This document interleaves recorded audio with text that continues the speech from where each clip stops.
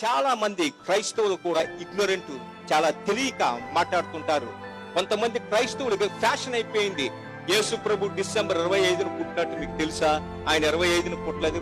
పుట్టలేదంటే మనకి ఏదో డేట్ చెప్పాలి కదా, ఏ డేట్ పుట్టారు అది తెలియదు. అది దీని సమస్యని ఇప్పుడు కాదండి, 360లో డెన్నిస్ ది లిటిల్ అనే ఒక జర్మన్ సైంటిస్ట్ ఏమంటే చేశాడు, క్రిస్టియానిటీ ఎప్పుడైతే కాన్స్టంటైన్ కాలంలో అంటే 315లోన అఫీషియల్ రిలీజన్ అయిపోయిందో, అంటే అప్పుడు వరకు అండర్ గ్రౌండ్ లో ఉండేది.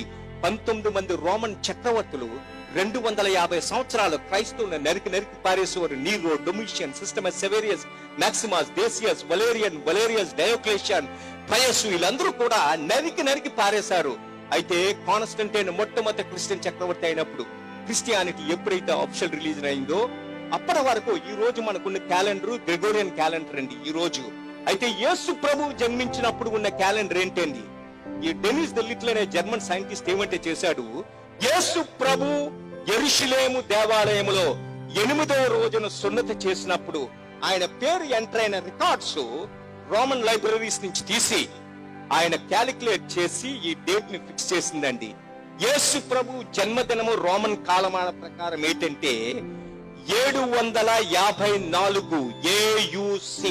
ప్రతి ఒక్కరు గుర్తించుకోండి, ఇది AUC అంటే అబు ఊర్బే కొందితా, అంటే రోము పట్టణ నిర్మాణ అనంతరము 754వ సంవత్సరము టీవీ నెల 10వ తారీఖున యేసు ప్రభు జన్మించినట్లు డెన్నిస్ ది లిటిల్ లోకానికి నిరూపించాడండి. హల్లెలూయా.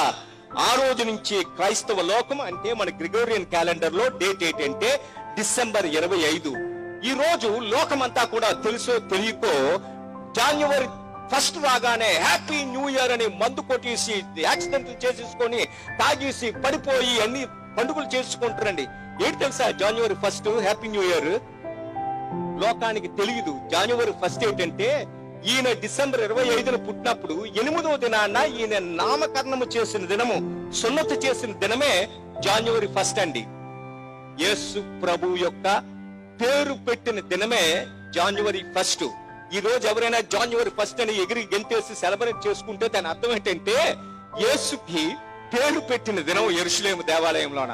ప్రేమైన సహోదరి సహోదరులారా, ఈ లోకంలో ఇప్పుడు 47 రకాల మతాలు ఉన్నాయి.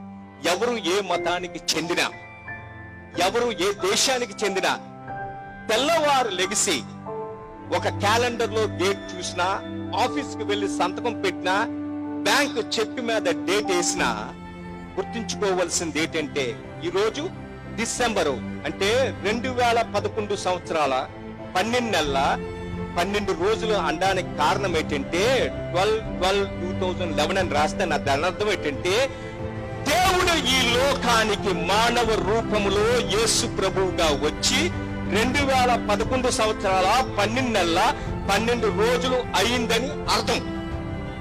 హల్లెలూయా.